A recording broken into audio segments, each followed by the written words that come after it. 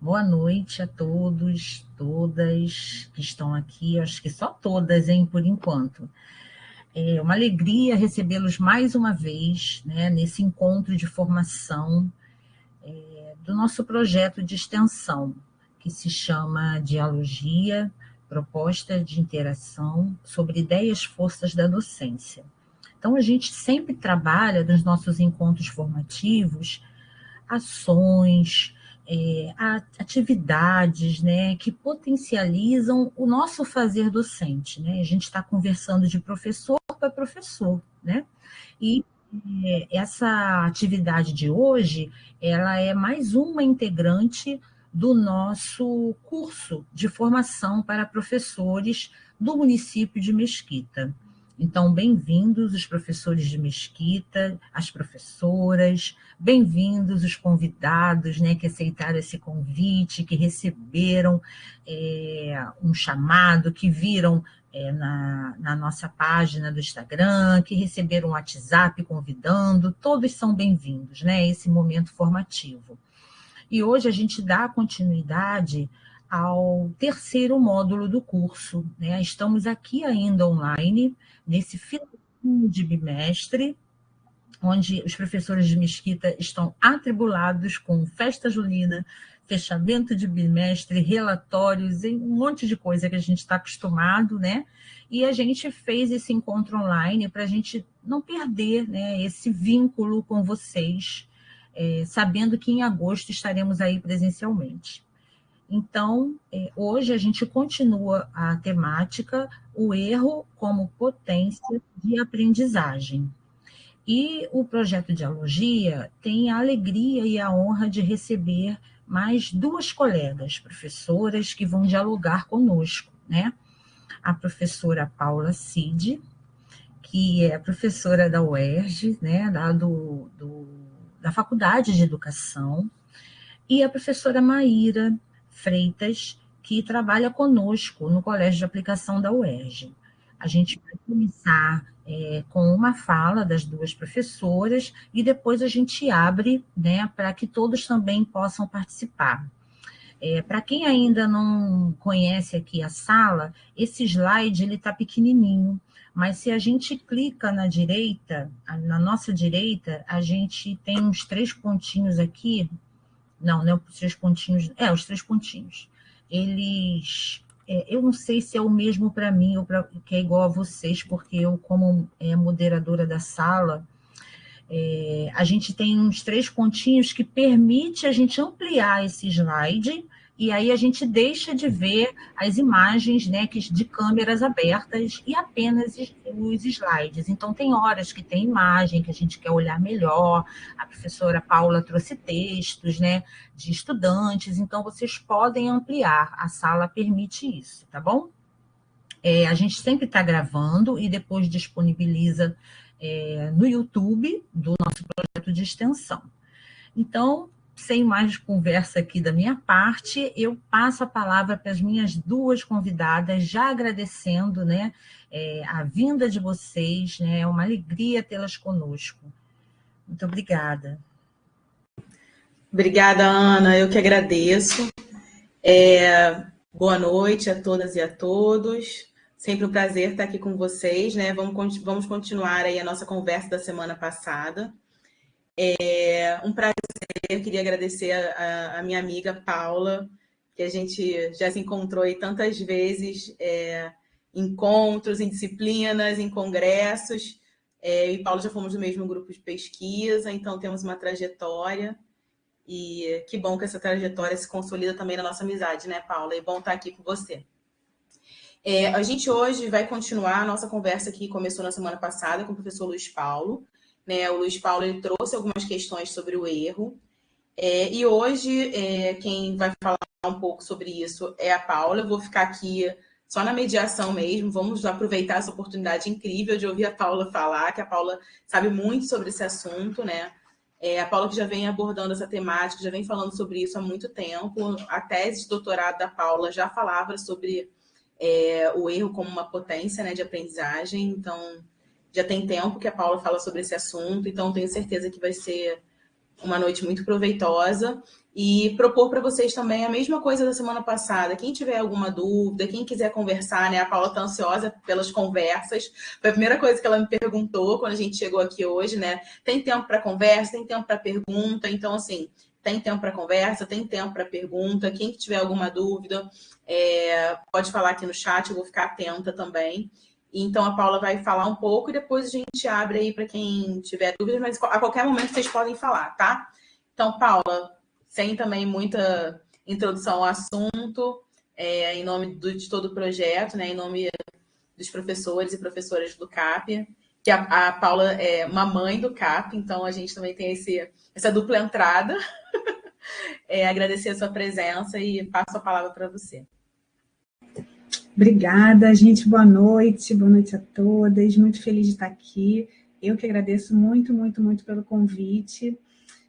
Primeiro, por estar, né, aqui acompanhada de pessoas que eu amo muito, que eu admiro demais, assim, como pessoas e profissionalmente. Então, estou muito honrada por ter sido lembrada para estar aqui. É muito legal esse movimento, né, entre professoras, assim, que a gente vai se encontrando nos mais diferentes espaços, e isso é muito legal.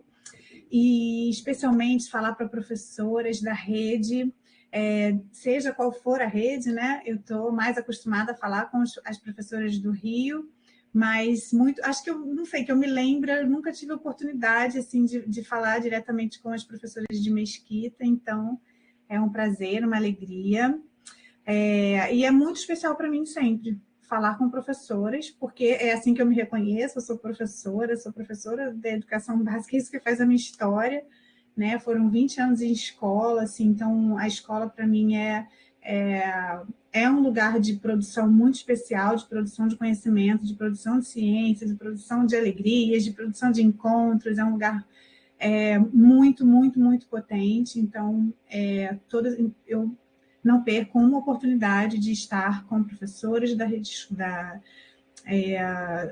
escola básica.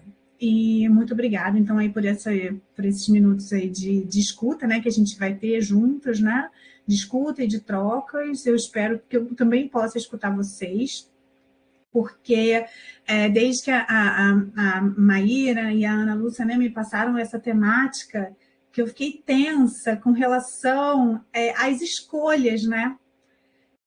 O que fazer de escolhas para trazer, né? Porque o tempo é sempre pouco, né, gente? Sempre. Se a gente pegar um semestre para falar sobre erro, ainda assim vai ser pouco, né? O que eu vou dizer de 40 minutos, né? Então, eu fiquei pensando muito nessas escolhas, né? Porque eu tenho sempre muita preocupação, assim, de trazer erros só com categorias, né? Porque pode passar a ideia de que qualquer texto a gente pode colocar em gavetas e pronto, né? Qualquer texto, a gente vai pegar um texto, vai classificar e vai engavetar, e vai nomear, e vai escolher categorias, e vai, a partir daí, categorizar também os sujeitos dessa escrita, e é tudo que a gente não quer, né? Então, necessariamente, a gente precisa falar de alguns princípios, né? Então, esse recorte, assim, por isso que eu acho muito importante a gente ter o tempo de conversa depois, porque eu fiz algumas escolhas aqui, né, de alguns princípios para colocar e de alguns textos para a gente ler juntas, né? Alguns textos de crianças. Até acho possível, né, que tenha alguém de EJA aqui, mas os textos que eu escolhi são textos de crianças, para a gente analisar um pouco, ler um pouco esses textos, né? Mas eu acho sempre importante ter esse momento, né? Saber o que vocês gostariam de trazer, né, para essa conversa, tá? Então, eu fiz algumas escolhas e, claro, fiz escolhas motivada também pelo que eu estou vivendo agora, também por coisas que eu estou lendo agora, por pontes, né, por inferências que eu estou fazendo nesse momento, né? E uma coisa que eu não poder, que está me atravessando, assim, né? Tem uma coisa que está me atravessando nos últimos meses, assim, que me atravessou ao longo desse primeiro semestre inteiro, né? Que foi pensar o seguinte: bem, temos uma coisa em comum aqui, que é todas nós, né, trabalhamos com leitura, com escrita, com oralidade, com gente, com criança, com escola pública, né? Então, pensar o que a gente faz na escola, né, com a escrita, com a leitura, com a oralidade, o que a gente está fazendo, né? Então, a gente trabalha num projeto muito amplo, né, que vai para muito além da nossa sala de aula, né? A gente trabalha num projeto amplo de formação de pessoas, né, que já fazem isso e que estão se formando leitoras e escritoras para além da escola, né? Para além da escola. A gente não está formando só pessoas para fazerem prova, só pessoas para serem aprovadas, né? Do terceiro para o quarto ano, do quarto para o quinto, do quinto para o sexto, do sexto para o sétimo. Isso é muito pouco, gente. É muito pouco a gente pensar na leitura e na escrita para dar conta só disso. Porque a gente faz parte de uma engrenagem que é muito maior, né? A gente somos, né, pecinhas, né, de uma engrenagem que move o mundo, que faz a gente estar vivo, que faz a gente estar feliz ou não, que faz a gente estar junto ou não, que faz muita coisa acontecer para além da escola, né? Então, somos pessoas para além da escola. Então, tem me interessado muito, especialmente nesse semestre, né, que a gente está terminando, ler, conhecer, entender a trajetória de pessoas que escrevem, de pessoas que escrevem textos acadêmicos, de pessoas que escrevem textos literários, de pessoas que fazem da escrita uma forma sua muito particular e necessária de estar no mundo, né? Então, eu tenho procurado ler sobre isso, né? Pessoas, autoras, especialmente mulheres, até agora eu só li mulheres, né? Que falam sobre a escrita para dizer de si, né? E uma das coisas que mais me impactou nessa busca, né, foi esse livro aqui, que eu estou usando como inspiração para essa fala que eu construí aqui, tá? Que é um livro da Helena Ferrante, se chama As Margens e o Ditado, sobre os prazeres de ler e de escrever. Por quê? O que eu tenho pensado é o seguinte: eu quero que o meu trabalho, né, como professora, como alfabetizadora, como professora que trabalha com a leitura e com a escrita, que ele contribua para a vida de crianças, de jovens e de adultos que sonhem alto, que sonhem, que queiram ser, que, sabe, assim, que possam sonhar com uma inclusão social para além dos caminhos que já são muito óbvios, né? Então, para isso, o trabalho, né, com a leitura e com a escrita, eu entendo que precisam estar muito abertos, olhando para além da escola. E eu coloquei a capa do livro aí para vocês, porque a capa do livro já me mobiliza muito, né? Não sei o que vocês estão, né? Como é que está aí a visualização para vocês, né? Mas para mim é muito impactante essa pessoa pequenininha, né? Numa folha de caderno, com linhas, com margem, né? E diante dela, toda essa escuridão, né? Que pode ser um mar de possibilidades, né? Mas também pode ser um nada, também pode ser algo que não diga nada para ela, né? E eu fiquei pensando que esse nada aí, né? Depende tanto do que a gente faz na escola, né? Do que a gente faz, do que a gente contribui, assim, em termos de sentidos, né? Para a leitura e para a escrita na escola, né? Então, pode ser muita coisa e pode ser um nada, né?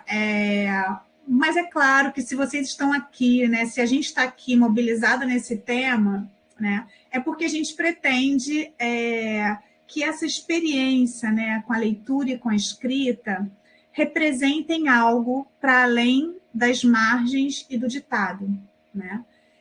E então o tema do erro eu acho muito relevante. E eu coloco já aqui uma coisa para a gente pensar, né? Já tentando trazer um pouco dos princípios, né, que eu estou assumindo para essa fala, né? Uma coisa é que a perspectiva, quando a gente pensa no erro, há sempre uma perspectiva envolvida, né? E essa perspectiva é de um outro que está no lugar de quem está julgando essa escrita, né? É uma perspectiva do outro, o ponto de vista é do outro para o meu texto, né? Eu escrevi um texto. O erro, como é que o meu texto é visto como um texto com erros? A partir da perspectiva de um outro, né? De um ponto de vista, de um lugar, de um olhar do outro. E de uma projeção que é do outro também. A projeção do que esse outro lá, naquela perspectiva, tem sobre uma produção que é minha, né? Um lugar que é meu, que ninguém vai poder falar por mim, né? Porque eu vou sempre falar de um modo de dizer, de um lugar e de uma forma de pensar que é só minha, né? E a gente tem hoje todo um movimento, né, de se empoderar, de dizer, de marcar a nossa identidade, a nossa história. Só que isso vale muito para quando é a gente nesse lugar, né? Mas para quando é o nosso aluno, a gente esquece um pouco disso, né? De que de valorizar também o lugar que é de fala do aluno, a identidade que é do aluno, a história que é do aluno, né? Então, essa é a primeira coisa que eu queria colocar, né? Que há aí um ponto de negociação, né? Porque a gente tem um lugar de um olhar que é um olhar da escola, que precisa incluir socialmente, que precisa chegar numa escrita numa escrita convencional, aceita socialmente. A gente não vou negar esse lugar nunca, tá? Porque é o que nos inclui socialmente, mas é também um processo de negociação. Pode passar, por favor, Nathalie? Porque eu não quero só que o meu aluno respeite as margens e o ditado. Não dá para ser só isso. Não dá para ser só isso, porque isso não garante para o meu aluno um lugar de autoria no mundo. Tá? Um lugar de quem toma posse dessa escrita como algo, como uma possibilidade de falar de si. Então, o que eu escolhi aí três trechos, né, da Helena Ferrante, que é autora da tetralogia, né, da Amiga Genial, é autora do livro A Filha Perdida, e de várias outras obras. Pode ser que eu esteja me enganando aqui um pouquinho nos nomes, mas é por aí. Então, eu queria falar sobre essas três frases, porque são esses três trechos, porque pelo menos para mim, né, esses trechos me convocam para pensar no leitor e no escritor, na leitora e na escritora que eu quero formar, para além da aluna que está ali na nossa sala de aula, tá, da escola. Então, olha o que ela fala, olha o que ela diz.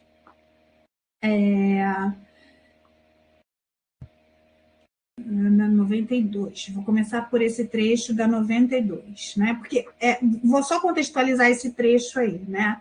Ela está dizendo o seguinte, que a escrita num trecho em que ela está comentando todo o controle, né, que envolve as escolhas controladas que envolvem o processo de escritura, né? Usando aí um termo que a Smolka usa, né? De escritura. De como a gente é ensinado a pensar, a ter uma relação distanciada da escrita, né? Fria com a escrita desde o início, né? Então ela está problematizando isso quando ela diz o seguinte: manter a distância, sim, mas só para depois aproximar-se o máximo possível. Ela está falando da relação dela com a escrita, tá? Evitar o puro desabafo, sim, mas para depois desabafar. Almejar coerência, sim, mas depois ser incoerente. Passar a limpo várias vezes até que as palavras não façam mais atrito com os significados, sim, mas para depois usar o rascunho.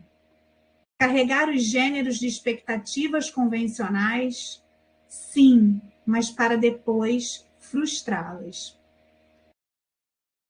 Que é um pouco isso que eu acho que a gente se propõe aqui, né? Que tá bem, a gente vai trabalhar a leitura e a escrita com o objetivo de que a leitura e a escrita do nosso aluno, da nossa aluna, seja aceita convencionalmente. Mas o que a gente quer é que essas nossas alunas, esses nossos alunos rompam, né, com um convencional no sentido de construírem uma escrita autoral que é muito pessoal, né, que é muito única, que a gente possa legitimar, né, dar voz, dar vez para um movimento de criação e de autoria na escrita, né? Portanto, usar a escrita para subjugar o mundo hostil à sua volta por meio da leitura e da escrita, conforme a Helena Ferrante convoca, né? Porque, para ela, nenhuma linha deve se perder ao vento. E a escola, pode passar, por favor, Nathalie, no movimento, né, de busca pelo convencional, que faz parte, que é trabalho nosso, sim, né, faz parte, muitas vezes se limita na convenção, né? Se limita no trabalho com o código, se limita no trabalho com a análise linguística, né? Deixando de lado aquilo que, na verdade, faz com que essa língua seja viva, né? Que é a produção de sentidos, que só acontece quando a gente entende, quando a gente percebe que que o trabalho pedagógico da escola com a leitura e com a escrita, ele é uma experiência de linguagem. Portanto, é uma experiência simbólica. Portanto, é uma experiência sempre permeada de subjetividades. Tá? Ainda quando a gente tenta cercear, ainda quando a gente só controla aquela escrita, ainda quando a gente está só trabalhando na codificação e na decodificação, tem uma subjetividade ali. A gente está imprimindo uma lógica de leitura e de escrita ali que é uma lógica que não conversa com o tempo de hoje, que não conversa com a necessidade do mundo de hoje, mas tem uma ideologia de leitura e de escrita ali, né? Então, o meu convite para vocês hoje é que a gente possa conversar e pensar nessa perspectiva, né, de que a experiência escolar com a leitura e com a escrita é uma experiência, precisa ser uma experiência de linguagem, porque é vida acontecendo, porque é vida em movimento, né? Então, que tudo que a gente possa propor de leitura e de escrita na escola seja acompanhada dessa pergunta: o que eu estou propondo aqui para ler e para escrever provoca uma experiência de linguagem, sabe? Provoca a produção de sentidos, traz o meu aluno para jogo, sabe? O meu aluno está em jogo aqui ou ele não está? Entende? O meu aluno tem condições de nesse trabalho, colocar em jogo o que ele sabe, o que ele não sabe, o que ele quer saber, as dúvidas, o que ele pensa, sabe? Porque se não tem esse envolvimento, se eu não coloco as subjetividades no dia a dia, né, do processo de alfabetização, e aí um processo de alfabetização que vai para além, gente, do primeiro ano do ensino fundamental, né? pensando aí um processo de alfabetização mais contínuo, né? A longo prazo. Se isso não acontece, não é prática de linguagem, tá? E isso é importante, porque eu estou usando aqui um princípio, né, que é discutido pela SMOCA, né, a partir dos estudos da SMOCA, ancorados em Vygotsky, né, numa perspectiva socio-internacionalista, que entende a linguagem como constituinte e constituidora do pensamento. Isso é muito importante para essa temática de hoje, né, do erro como potência, porque muitas vezes, por muito tempo, a gente trabalhou com uma concepção de linguagem, né, na escola, de que a linguagem representa o pensamento, né? Então, primeiro eu penso, elaboro, e o que eu escrevo é uma representação desse pensamento, né? Mas com a ideia da linguagem como constituinte, como constituidora, há todo um investimento na produção da linguagem, porque é uma lógica que vai dizer o seguinte, é uma perspectiva teórica, né, vygotskiana, que vai dizer o seguinte: quando eu estou produzindo linguagem, eu estou elaborando conceitualmente, eu estou produzindo pensamento, né? E quando a gente entende isso, a gente começa a investir muito nos processos de elaboração da leitura e da escrita. Porque é no processo que a aprendizagem acontece, que a produção de conceitos acontece. Não é quando o aluno chega lá no texto sem erros, no texto ortograficamente correto. Não é ali. Agora sim, ele está escrevendo. Não é ali.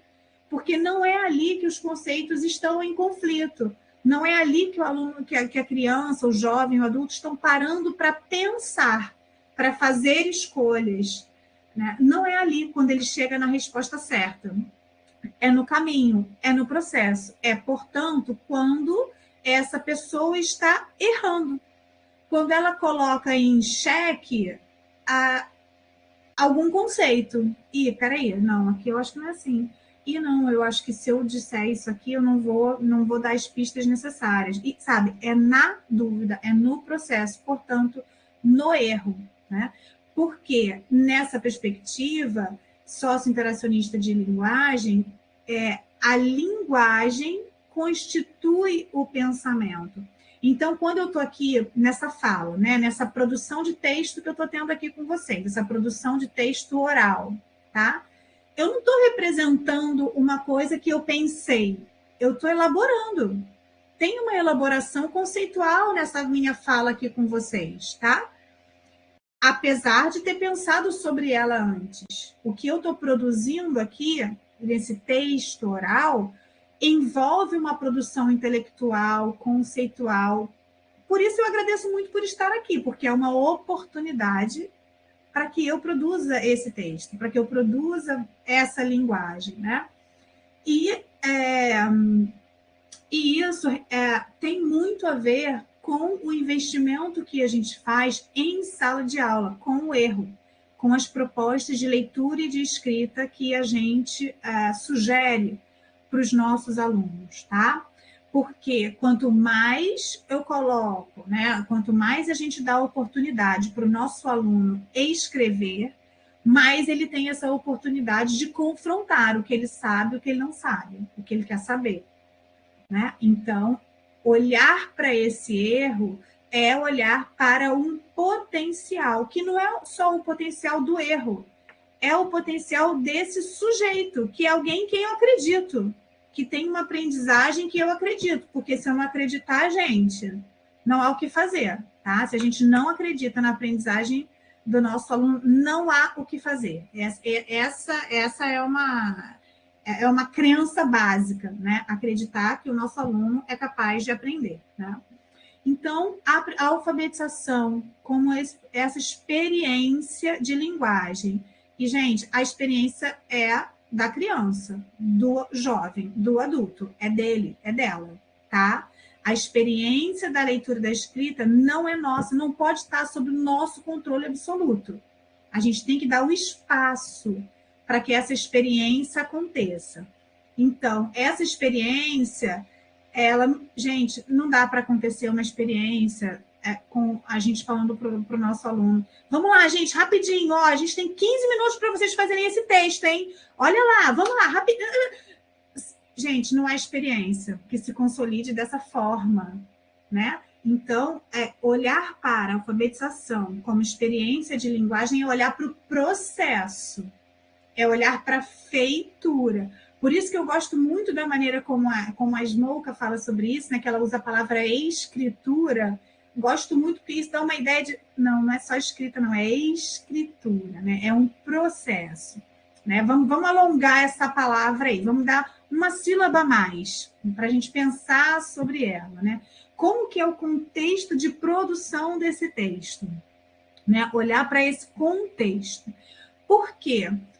O contexto vai nos ajudar a proporcionar mais coisas em jogo no texto, mais escolhas, mais a cara do aluno, mais a identidade da aluna ali naquele texto, né?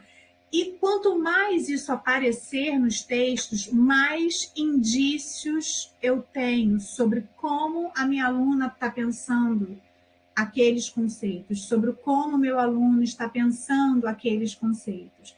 Indícios que são sempre provisórios, né? Porque não se trata só de entender o erro do aluno, de entender esses indícios. Se trata de proporcionar essas oportunidades de escrita, né? Olhar para essa escrita, entender a motivação desses erros, né? O que explica esses erros, e a partir daí pensar em procedimentos, pensar num planejamento que favoreça a saída desses erros, né? A superação desses erros, né? Que favoreça boas mediações, né? Que a gente possa fazer boas perguntas para que aquela condição de erro vá sendo reelaborada, né? Porque não dá para perder esse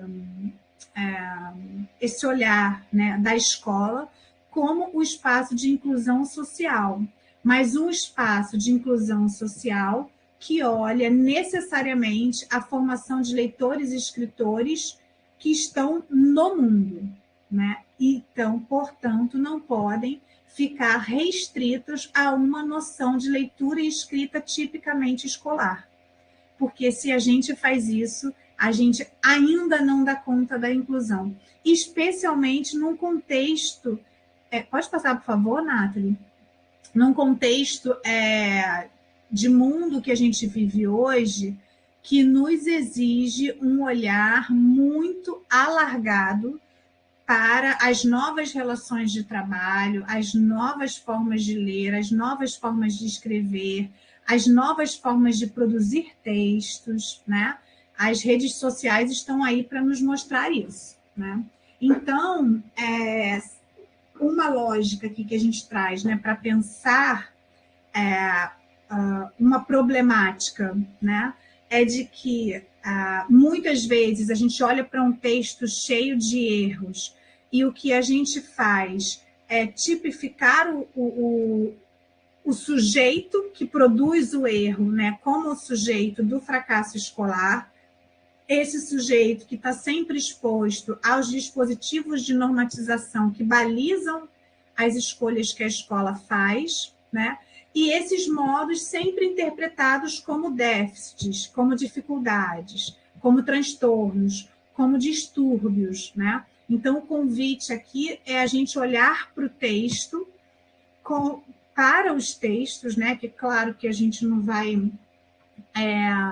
achar que a gente vai entender como funciona a cabeça de uma criança, de um jovem, de adulto, a partir de um texto, né? Mas olhar para os textos buscando entender qual é a lógica que está em jogo ali, tá? Pode passar, por favor, Nathalie? E aí eu trouxe aqui eu escolhi alguns textos, eu escolhi acho que 3 textos de uma mesma criança, tá? No caso, né, era uma criança,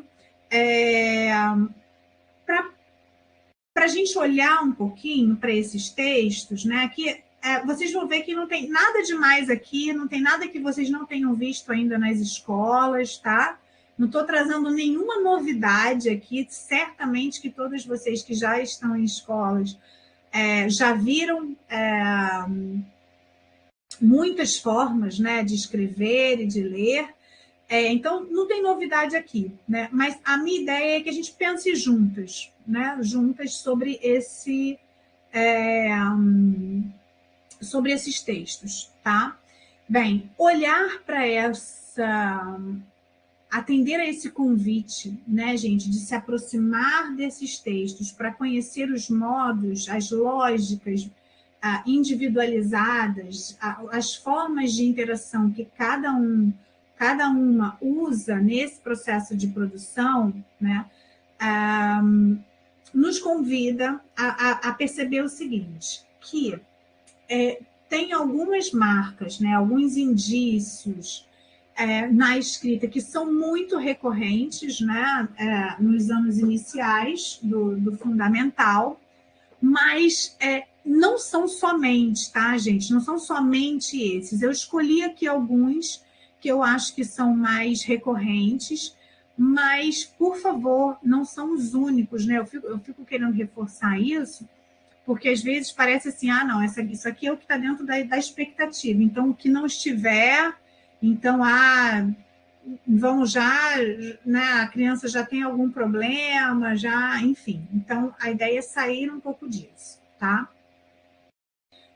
Mas eu queria trazer aqui alguns exemplos, eu fiz alguns recortes aqui nesse slide, e nos próximos tem alguns textos completos, só para a gente ver o seguinte, que às vezes a gente usa a palavra erro como um todo, a gente usa o erro no singular, né?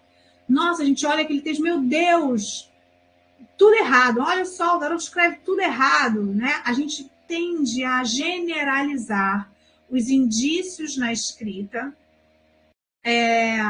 como erro e pronto. Então, o meu primeiro convite é pensar que há vários indícios na escrita que a gente tipifica como erros, mas que têm motivações muito diferentes. Tá? E essa é a primeira coisa que eu queria dizer.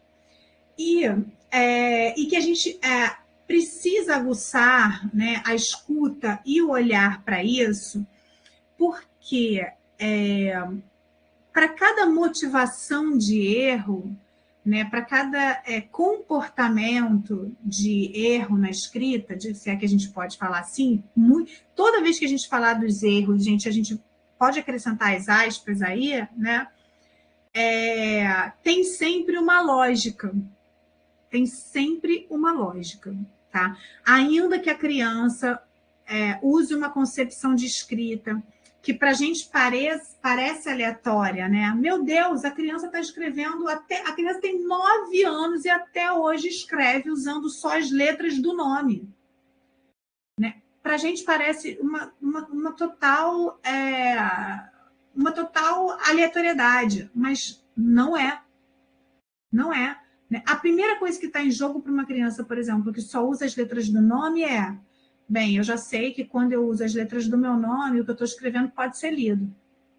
Então, eu vou usar as letras do meu nome, porque essa é uma certeza que eu já tenho. Se eu usar as letras do meu nome, eu sei que isso pode ser lido, né? Então, tem sempre uma lógica. Até naquela escrita que é uma escrita só de bolinhas, tem uma lógica ali, né? A criança não desenhou uma árvore para escrever. Ela fez bolinhas, né, que se assemelham, que se aproximam do grafismo típico escolar, né, da letra cursiva ou da letra script, né? Então, tem sempre uma lógica.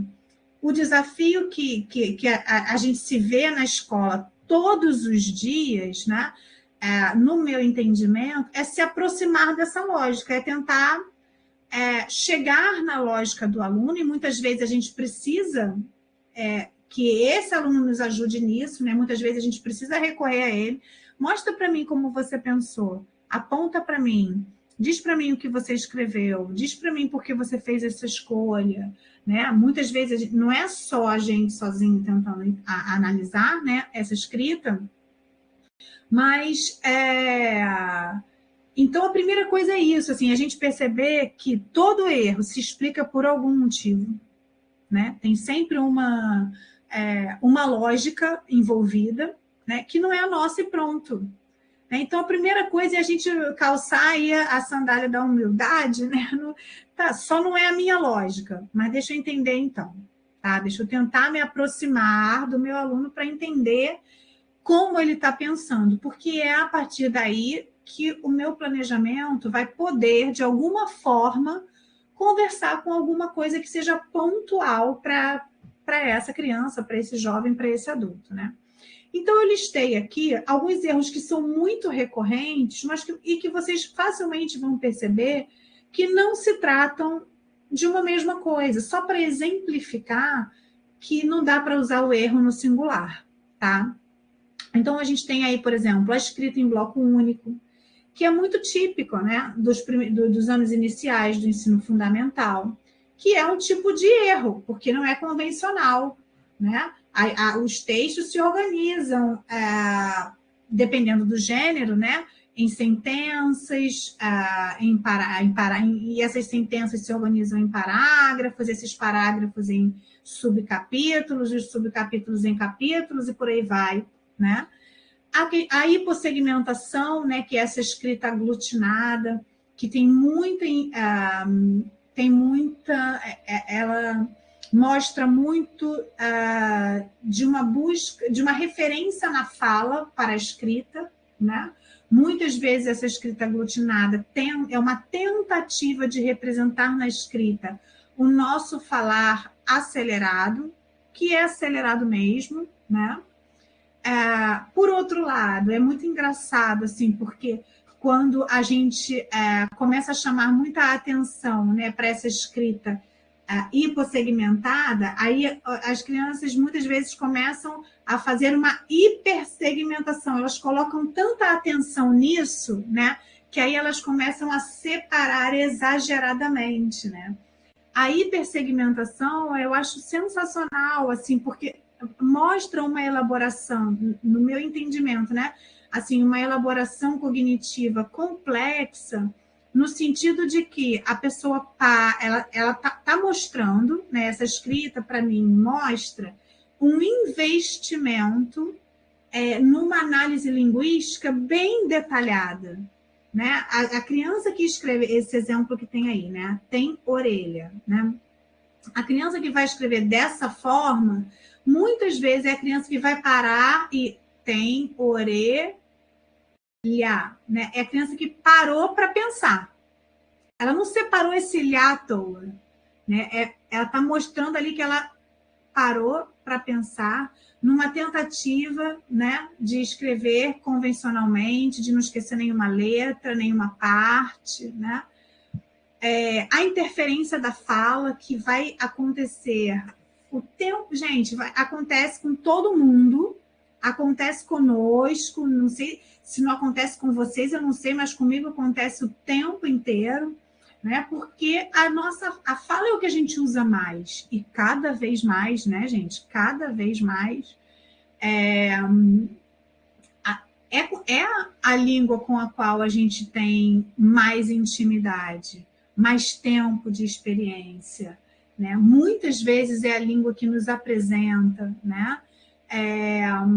Então, ela vai sempre encontrar mais formas de se sobrepor à língua escrita, né? Então, a gente vai encontrar a interferência da fala, e isso vai ter uma projeção na ortografia, na organização das palavras nas sentenças, no vocabulário e nessa hipossegmentação, né?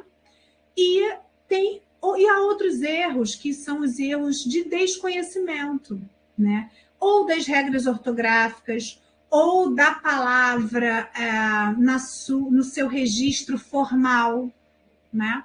quantas vezes a gente vê um investimento da criança para escrever corretamente a palavra problema? Vocês já presenciaram isso? A criança que está ali, é a forma como ela conhece a palavra. Ela não vai, na escrita, se esforçar para escrever problema se não é assim que ela conhece essa palavra. Se ela conhece a palavra como problema, é assim que ela vai se esforçar para escrever. Né? Então, às vezes é um desconhecimento das regras ortográficas, mas às vezes é um desconhecimento do registro formal daquela palavra, né? Então, e há muitos outros exemplos, tá, gente? Coloquei aqui alguns, né? Pode passar, por favor, Nathalie? Tá muito corrido, gente. Tá dando...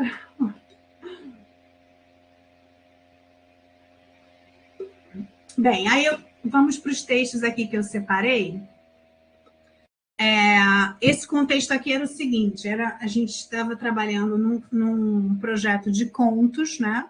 De contos clássicos, e um deles era o da Dona Baratinha, e aí aqui tem um trecho da versão do livro, né, que a gente usou, e a proposta é: escreva um final diferente para a história da Dona Baratinha. Clássico, né, gente? Eu peguei um exemplo assim que é bem clássico, né? Que todo mundo já fez essa atividade aí. Escreva um final diferente para alguma história, né? Vocês conseguem enxergar bem? Aparece fácil para vocês a escrita? Então, o meu convite aqui, ó, é para a gente olhar para esse texto. E aí eu queria, se possível, que vocês falassem um pouquinho, sendo desafiados no seguinte. Não queria que vocês falassem sobre os erros que vocês estão vendo, tá? Eu queria que vocês falassem sobre o que vocês estão vendo que essa criança já faz, tá? O que ela já sabe fazer. Que conceitos que essa criança já está mostrando aí nessa escrita. Ó, quem não quiser abrir o microfone, pode escrever aqui no chat, que a gente vai lendo aqui. Às vezes o pessoal fica com vergonha de abrir microfone. Mas pode abrir o microfone, hein, gente? Isso. É uma pergunta aí, vamos lá. Pergunta. Ó, tem o Natan, já está digitando. A gente prefere que abra, né? Natan é meu bolsista de producência, bem-vindo. E a Laila também estava digitando. Parou, meu filho? Oi, Laila. Escreve aí. Quiserem falar, fala. Oi, gente, vou abrir o microfone. Estou meio rouca, mas eu não consigo escrever. Vamos lá. É muito interessante, Paula. Primeiro, agradecer por tudo isso que você vem trazendo, né? Eu atualmente estou trabalhando com o segundo ano, com uma turma que eu acompanhei, né, do primeiro para o segundo, e tenho feito exatamente esse exercício de olhar para o texto e procurar o que a criança sabe, para além de procurar aquilo que ela não sabe, procurar o que ele já sabe. Também, né? Então, aí você vê, ele tem conhecimento do uso de conectivos, né? Ele usa o pronome, ele usa a pontuação, né? Ele separa algumas palavras, sim. Parece que o texto é aglutinado, mas eu acho que não. Parece que o se casaram, ele escreveu o se ali depois, talvez, ou então foi organizando. Ele sabe, ele faz o uso, né? Se casaram, viveram, né, no plural. Bem bacana, né? Daria para falar outras coisas, mas sei lá, é legal fazer esse exercício. Isso. Obrigada, Laila. Obrigada, Natan. Natan colocou algumas coisas que a Laila falou também, né? Ele dá conta do objetivo, né, gente? No caso, é um menino, tá? Por isso que eu tô falando ele. Ele dá conta do objetivo da proposta, né? Ele entendeu o sentido da coisa, né? Essa mesma criança, ela produziu... Os outros textos também são dessa mesma criança, tá? Em momentos diferentes, né? Passa, por favor, Nathalie. Esse eu acho que vocês vão ter que ampliar para enxergar um pouquinho melhor. Eu coloquei aqui qual era a proposta, porque eu acho que faz diferença, tá? Eu queria que vocês considerassem isso ao olhar para o texto, porque uma coisa é a reescrita de um texto que tem um conteúdo já dado, né? Que a criança teve contato com aquelas palavras em outros textos. Nesse caso aqui, foram trabalhadas tanto na escuta quanto na leitura várias versões do Saci Pererê, várias versões, de muitas formas, tá? Então, eles conhecem, no caso, né? Essas crianças conheciam bem várias características do Saci, várias versões, tá? E essa produção foi feita num tempo muito próximo, assim, talvez na mesma semana ou uma semana de diferença no máximo, para esse outro texto que está do lado, que é um texto de autoria. A reescrita também tem uma autoria envolvida, claro que tem escolhas, né? Tem marcadores individuais aí, é claro que tem autoria envolvida na reescrita. Mas eu só estou marcando essa diferença porque no texto de autoria, o conteúdo também ele é todo de autoria da criança. Qual era o contexto aí? A gente estava lendo um livro que é um livro que com certeza vocês conhecem também, que é bem usado nas escolas, que é o do Ricardo Azevedo, Meu Livro de Folclore, que tem os monstrengos, né? Que são as combinações de vários mitos, né? E tem lá no livro onça-boi, anta-cachorro, tem umas combinações, né? Que viram os monstrengos. E aí a proposta era que cada criança criasse o seu monstrengo, né? Então a escolha dessa criança, tá? Desse menino. Então, eu queria que vocês olhassem para esses dois textos aí, para a gente conversar um pouquinho sobre eles.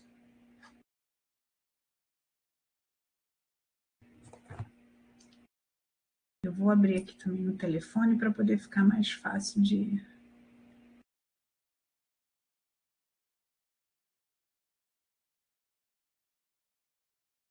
Se clicar nos três pontinhos, dá para ver o texto em tela cheia, né?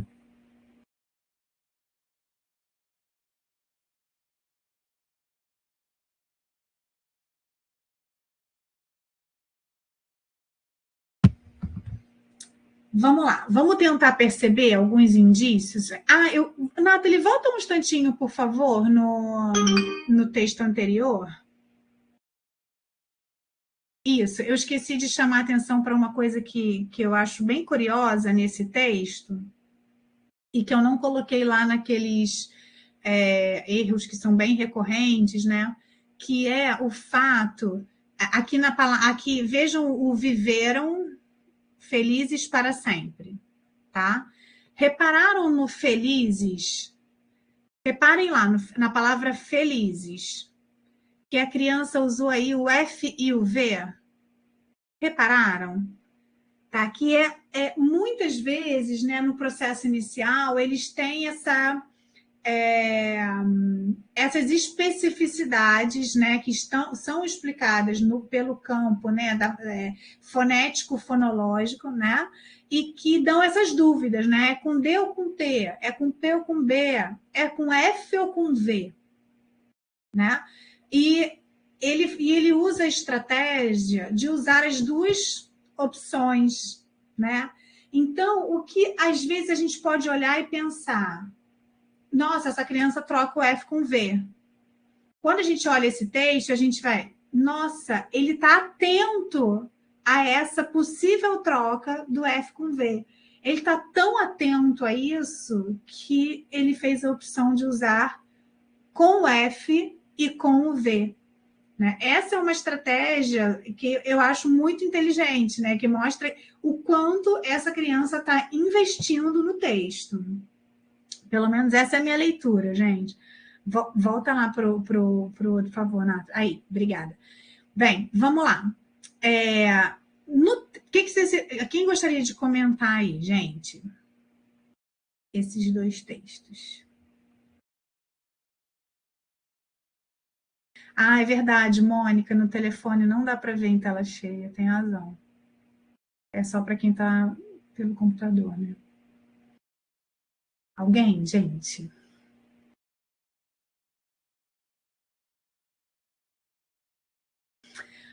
Bem, desses dois textos, isso, Laila, vamos lá, vamos, né?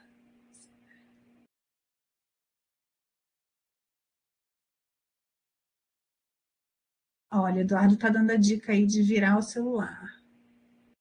Fala, Laila, bota sua voz rouca para jogo. Ai, gente, a voz rouca da mãe, que hoje foi gritar e babar muito o filho na festinha do colégio, tá? nem a garganta da professora, né? A culpa é da mãe. Não é culpa da escola, porque tem até 2 dias que eu não dou aula, mas enfim. Uma coisa que me chamou muita atenção, Paula, que você falando que o texto do Saci Pererê foi um texto de reescrita que essa criança já tinha repertório sobre o texto, tanto de escutar a história, como também da escrita das palavras, né? E o outro, como ele não tinha esse repertório, ele estava criando essa história, criando esse personagem, as características e tudo mais, ele teve que fazer o esforço tanto para pensar na estrutura do texto, né, para que o texto tivesse coesão, coerência, né, uma estrutura, como também esse esforço, né, de pensar na escrita da palavra, ortograficamente falando, né? Então, dá para perceber que no segundo, você falou que o do Saci Pererê foi feito primeiro, né? Que no segundo ele faz até algumas, por exemplo, ele segmenta algumas palavras com mais, não é mais constantemente, que no primeiro ele não fez. E aí, se você tem um olhar, um recorte, né? Olhar só esse segundo texto, pensa, essa criança segmenta, mas não percebendo o contexto na qual essa produção foi realizada. Então, quando a criança tem que criar e produzir totalmente, né, aquele texto, né, como essa proposta, ele faz outros esforços, ele tem que pensar em várias questões, que no primeiro, claro, como você disse, também tem as escolhas, que faz com que seja um texto também de autoria dele, né? Ele já tem o repertório. Então, eu acho que isso implica, quando você olha 2 textos da mesma criança, você não pode dizer, ser tão taxativa, ele segmenta. Porque ele segmentou ali na orelha, mas no outro texto você não vê isso tanto. Né? Então, ali eu acho que pode ter sido isso. Ele estava tão dedicado em pensar na estrutura, em criar, né, esse personagem, que ele talvez tenha se dedicado menos naquilo que ele já sabe também da ortografia. Foi a primeira coisa que bati o olho assim, eu pensei. Eu nem li os 2 textos por completo, não. Foi um olhar mais rápido, mas me deu essa sensação. Isso, Laila, muito obrigada. E às vezes a gente olha para isso, né, e pensa assim, regrediu. Ai, gente, meu aluno regrediu, ele não segmentava. Olha esse outro texto aqui, não tem nenhuma palavra separada inadequadamente. Aí, olha aqui, ó, tem orelha, tá separado. Tem outros exemplos aqui, né? Pastor alemão tá aglutinado. Sabe? Aí a gente começa a ver, sem considerar o contexto de produção, né? Tô chamando a atenção. Pois é, aconteceu alguma coisa com ele. Pois é. Vou levar no médico, vou ver com a família se aconteceu alguma coisa em casa, né? Tô colocando isso para a gente pensar, gente, porque a escola também tem um movimento, né, de aceleração das coisas, de fazer caber tudo dentro daquele horário, né? Que a gente também, às vezes, atropela a feitura, né, da escrita, né? A gente não dá esse tempo de planejar uma escrita, de fazer uma primeira versão, de revisar, né, de investir na própria escrita, né, até chegar numa outra versão que é sempre provisória, né, gente? Porque a gente chega sempre numa versão que é final naquele momento, né? Que a gente diz que é final naquele momento, mas que cada vez que a gente olhar para o texto, a gente vai achar alguma coisa para aprimorar. É assim com a gente. Por que não vai ser assim com a criança que é de 9 anos, de 10 anos, de 11 anos? Se com a gente é assim, pelo menos comigo não sei com vocês, mas cada vez. Se eu já olhei esse material aqui e eu já vi que já bobeei aqui em algumas coisas, entende? Então, assim, só que a gente acha que para a criança tudo é muito óbvio, né? E não é. Né? Não é. Então, isso para mim é um ponto muito importante, tá? A gente pensar o quanto de intimidade que o meu aluno tem com esse tema que eu estou propondo, né? Com essas palavras, com esse contexto, como está o ambiente dessa escrita, como é que o meu aluno produz no coletivo, né? Porque tem criança que não produz bem no coletivo, tem criança que precisa de um tempo reservado, do silêncio. Tem criança que não, tem criança que é o contrário, que precisa do barulho, precisa do coletivo, precisa da sala de aula, mas também é uma aprendizagem que a gente vai tendo, né, daquela pessoa que está escrevendo, tá? Vamos para o próximo, Nathalie, que também é um texto da mesma criança, tá? Um pouquinho mais para frente, um tempinho depois, eu não vou me lembrar quanto tempo depois. Alguém fala, né, Laila? Não sei, né, quantas semanas depois, mas ainda no mesmo movimento, né, de escrever sobre os contos que estavam sendo trabalhados. Aqui é uma reescrita de João e Maria. Queria que vocês dessem uma lida. E vamos, nesse texto, investir um pouquinho mais, também para a gente perceber o que essa criança já sabe sobre a escrita. Porque isso nos leva a olhar para os erros, porque tem erro? Tem. Mas isso nos leva a olhar para o erro de um jeito diferente, tá?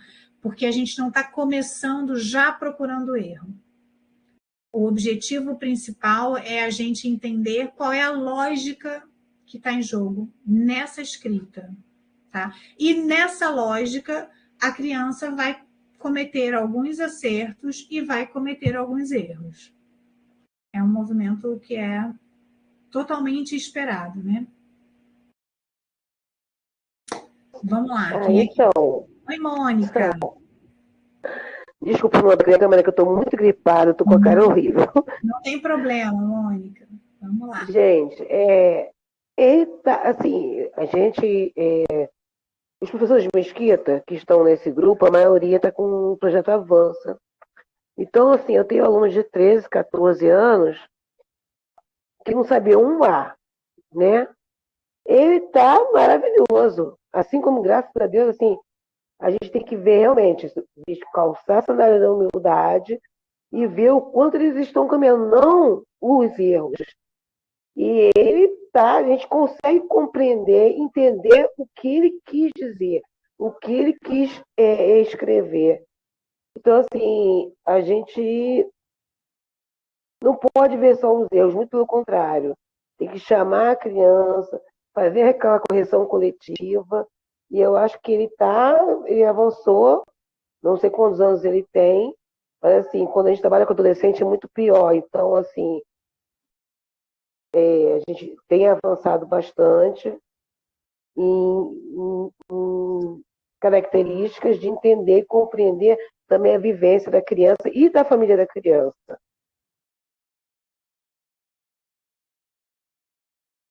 E o que vocês observam do texto. Muito obrigada, Mônica.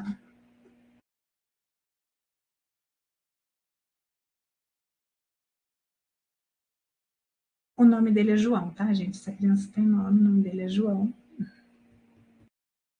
O que o João já sabe, gente, sobre a escrita? Vamos lá, gente.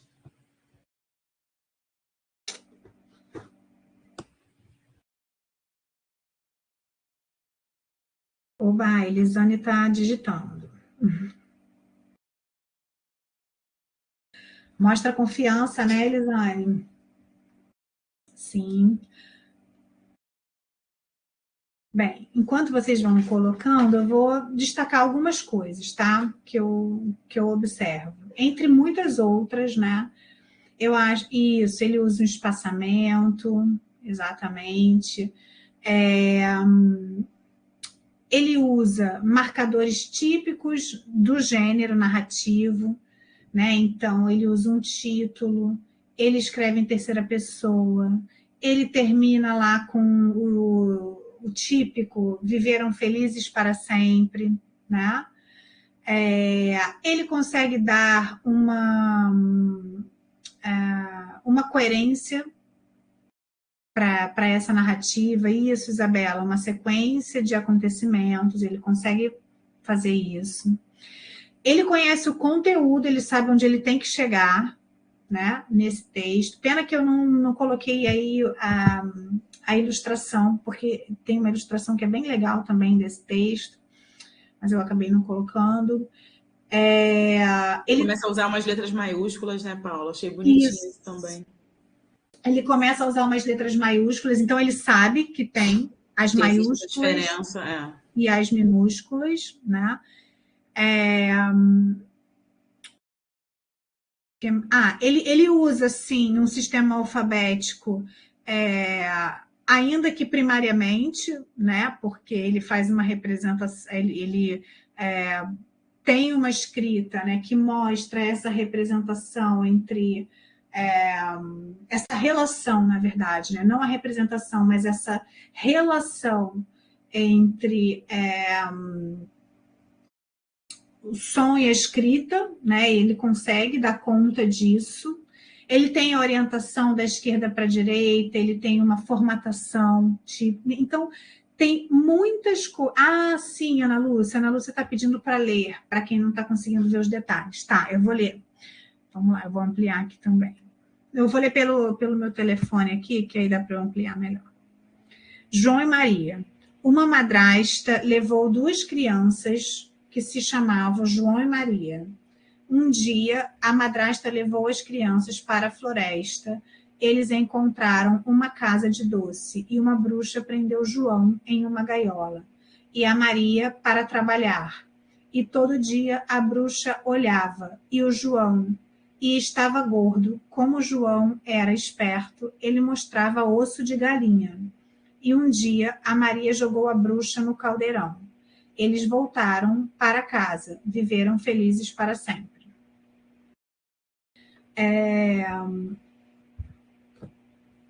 Depois vocês podem, não sei se a Ana tem como enviar um material, né, para o pessoal, mas aí depois eles podem, né, dar uma olhada nessa escrita, né, porque a gente vai ver que tem aqui isso, ele usa o ponto final, exatamente, mas teve coerência, né, no registro sobre a história. E a gente vai ver aqui que quando a gente começa a olhar para os indícios, né, a gente vai chegar nos erros também, né? E esses erros, eles têm motivações diferentes. Então, eu não vou achar, gente, que eu vou trabalhar a pontuação da mesma forma que eu vou trabalhar a questão ortográfica, da mesma forma que eu vou trabalhar a questão de hipersegmentação, de hipossegmentação, da mesma forma que eu vou trabalhar os detalhes dessa narrativa, tá? São, digamos, erros, entre aspas, né, que mostram a forma como a criança, né, está pensando a escrita, e são erros que têm explicações diferentes para eles, né? Tem motivações diferentes. E para cada motivação dessa, é um tipo de mediação, né? Porque tem erros na escrita que a gente vai ver bastante recorrentes na nossa turma como um todo. Então, nesse caso, né, erros que a gente vai ver que várias crianças da turma vão mostrar nos seus textos, vai fazer sentido que eu faça uma mediação no grupão, no coletivo. Agora, aquilo que for muito individual, como, por exemplo, tinha lá naquele primeiro texto, né, em que ele escreve o viveram com F ou com V, não adianta eu fazer aquilo coletivamente, porque aquela é uma escrita que mostra uma especificidade, né, de elaboração conceitual a respeito dessa relação, né, entre a fonética e a escrita, né, muito individualizada. Então, por que eu vou fazer uma mediação no coletivo? Né, se aquilo não vai fazer sentido para os outros da turma. Né? Então, a gente vai fazendo essas escolhas. Né? A mediação que eu vou fazer é uma mediação que cabe para o coletivo ou que cabe para o individual. Né? É uma motivação que tem a ver com um desconhecimento ou é uma...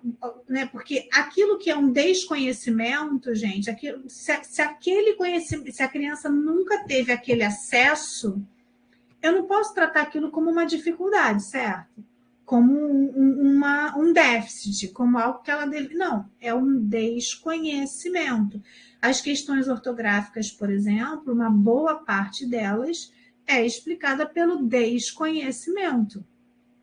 Né? Não é natural que asa seja com S e azar seja com Z. Não é naturalmente que a gente chega nesse conhecimento.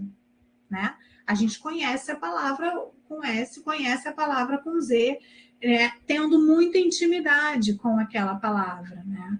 Então, eu acho que ter essa percepção é importante para que a gente possa planejar boas mediações.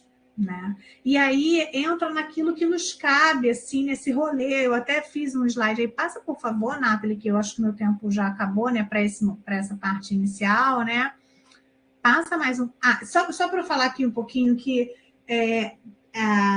essa explicação, né, essa fala que eu estou trazendo, parte do entendimento de que a estruturação e o uso da língua escrita é decorrente da nossa experiência num processo de bilinguismo cultural, entendendo que a língua escrita é uma língua outra, né? Não é a mesma língua que a gente fala, a língua escrita se explica por outra gramática, por uma outra lógica, então eu não posso lidar com o meu aluno dizendo para ele que a escrita representa fala, né? Que é na fala que ele vai buscar referência para a escrita, né? E eu também não posso achar que que naturalmente o nosso aluno vai chegar nesse entendimento, né? Então, por isso, tratando do ponto de vista do bilinguismo, passa, por favor, Nathalie. E pensando que a gente faz, a partir daí, escolhas didáticas, né? Que tem uma parte que nos cabe, que é aquilo que é o nosso fazer cotidiano, né? O fazer cotidiano da docência, que envolve uma produção de teoria a partir do que a gente aprende com o texto do nosso aluno, e que essa produção de teoria, porque a escola produz teoria, viu, gente? Vocês produzem teoria na sala de aula o tempo todo, né? Não é, a teoria não é uma exclusividade da academia, da universidade, não. O que vocês fazem na escola é a produção de teoria, né? Então, a partir dessa teoria que vocês produzem na escola, pensar de que forma que o meu planejamento contribui, exatamente, escola como produtora de conhecimento, é isso, né? Como é que o meu planejamento corresponde a essa teoria produzida, né? Como é que o meu planejamento contribui para o meu aluno chegar nessa escrita convencional. Mas é uma escrita convencional, pode passar, por favor, Nathalie, que não é desvinculada do mundo lá fora, né? Por isso eu faço essa pergunta, né? O que nos cabe nesse rolê, né? Porque no meu entendimento, né, cabe uma posição de resistência, porque é resistência, a gente olhar para os sujeitos reais da escola, né, para o teu aluno ali que tem nome, que tem história, né, que tem uma experiência escolar, familiar, comunitária, que é só dele, isso é uma posição de resistência, porque a gente vive um momento de retrocesso nas teorias do conhecimento voltadas para a área da alfabetização. A gente tem uma política nacional de alfabetização ainda em vigor, né, que é um retrocesso sem tamanho, que eu não sei nem descrever, não sei nem como nomear, né? A gente tem diversos documentos que anulam os processos autorais docentes, né, que tentam anular, né, que não anulam, mas tentam. E tentam nos colocar novamente numa lógica de professores que só reproduz, né? Então, é muito importante, necessário, urgente, que a gente se posicione, né, como quem garante os espaços de pluralidade na autoria dos nossos alunos e também na nossa autoria como professoras que lidamos, né, com a formação de leitores e escritores na escola, porém não somente para a escola, né? Então, eu acho que eu vou parar por aqui, só finalizando, né, com acho que está lá no penúltimo slide, Nathalie, isso aí, com um trecho, né, que a Ferrante traz nesse livro, né, que me inspirou assim, para essa fala, né, que diz o seguinte: só espero que o meu cérebro se distraia, se desgarre, e que as outras eu, que estão fora das margens, que são muitas, se compactem, segurem minha mão, comecem a me puxar com a escrita para onde tenho medo de ir, para onde me dói ir, um lugar do qual não tenho certeza de saber voltar caso me aventure longe demais. É o momento em que as regras aprendidas, aplicadas, cedem, e a mão tira do pote não aquilo que serve, mas justamente o que vem, cada vez mais depressa, desequilibrando. Acho que assim, esse trecho representa bem assim, o sonho que eu tenho para a formação de leitores e escritores na escola pública hoje, e que eu gostaria de conversar com os sonhos que vocês têm para os alunos de vocês. Acho que é isso. Desculpem ter ultrapassado aí o tempo. Nathalie, por favor, bota ali a referência que já me perguntaram aqui. Lopes, tá, gente? Para quem não pegou a referência, é a Paula da Silva Vidal Cid Lopes. E é um texto que eu escrevi com a Letícia para o livro. Maíra, você tem capítulo nesse livro também, Maíra, do bilinguismo? Deixa eu pegar aqui. Acho que eu tenho. Acho que sim. Nem sei. Não, tenho não. Não, acho que a Tamara tem. Tamara, né? O bilinguismo cultural. Está nesse livro. Que foi organizado. A Tamara está aí. É? Que a Tamara estava aí. Oi, Paula, assim, entrei tarde, gente. Entrei discretamente. Tá todo mundo sem voz hoje. Me atrasei. Júlio, gente. Júlio é isso. Já deu, né? Paula, agradecer assim, a sua fala. Não tem problema nenhum você ter passado. Assim, a gente ainda tem um tempinho. Só perguntar para a Ana, que está aqui, a gente tem até que horas? A gente vai até às 9. Tá, então a gente ainda tem aí Tem uma meia meia hora. hora. Tem. Isso. Paula, não teve problema nenhum passar mais um pouquinho, porque estava muito bom te ouvir, né? Vou deixar agora a Maíra prosseguir e vamos ver se o povo participa, hein, gente? Sem vergonha e sem medo de ser feliz. Sempre a Paula traz, a Tamara falou aqui que sempre é bom te ouvir, que renova, né? Eu acho que, assim, a Paula traz o lugar da pessoa que é uma estudiosa sobre o assunto, né? Uma intelectual sobre o assunto, no tema de alfabetização e letramento, enfim. Trabalha com isso há muito tempo, mas também traz o lugar da professora, né, Paula? Que é um lugar que a gente tem tentado trazer um pouco para o Dialogia, para as práticas de extensão, né? Que é entender também essa escola como produtora do conhecimento. Eu acho que você faz isso com muita tranquilidade, né? De trazer e mostrar para gente que está na escola, para todo mundo que está aqui hoje com a gente, que a escola produz sim esse conhecimento e que, mais do que isso, que trazer que nós, as professoras, aí eu vou falar no feminino, né? Por uma questão mesmo de representatividade, quantidade e de gênero mesmo, que nós, as professoras, somos as melhores pessoas para entender como os nossos alunos estão pensando, tentar entender alguma coisa, assim, indícios de como os nossos alunos estão pensando, e que nós somos as pessoas responsáveis por fazer as boas perguntas. Eu acho que de tudo que você falou hoje, o que mais me toca, assim, né, você trouxe isso, qual é o meu lugar nesse rolê? Esse de fazer boas perguntas.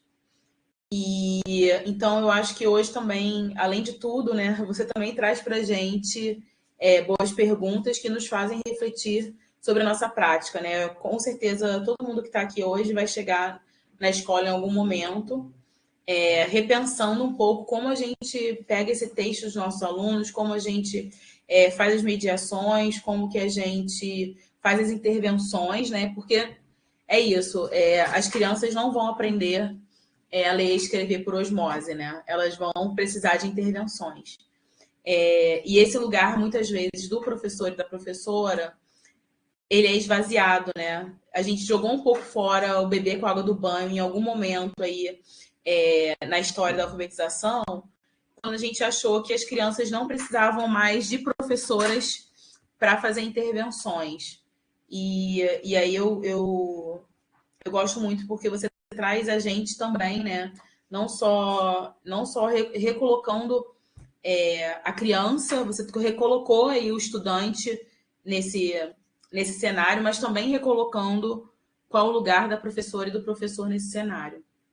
Então, isso é uma coisa que me toca bastante na sua fala. Mas queria abrir, assim, quem tem alguma questão, quem tem algum comentário, né?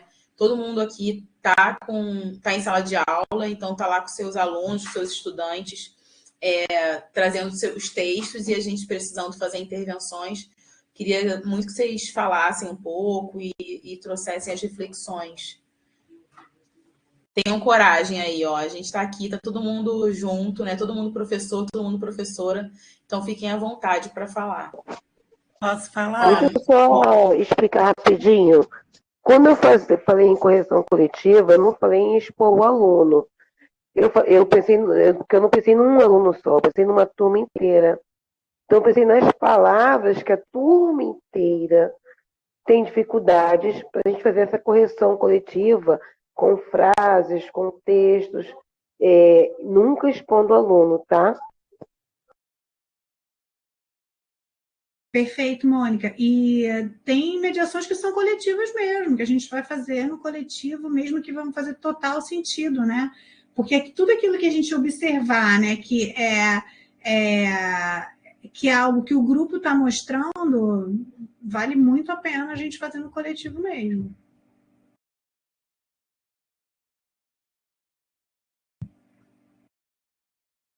Tem mais, gente?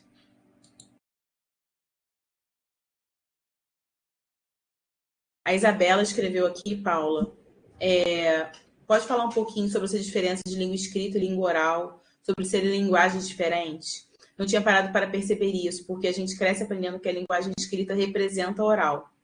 E a Laila também falou que a ideia dela também era um pouco sobre isso, se você poderia comentar. Bem, vamos lá. Para começo de conversa, né, a natureza da língua escrita é muito diferente da natureza da língua oral, né? A língua escrita é uma escolha cultural. Ela é uma invenção nossa, né? Que vem, que acontece, né, num processo que leva muitos e muitos anos, mas é uma língua eleita num contexto, né, especialmente um contexto que envolve todo um processo de gramatização, né, que leva muito tempo, mas principalmente entender que ela é eleita para ser a língua que vai dizer quem é o sujeito da razão, né? Quem é o sujeito aceito socialmente em determinados espaços, né?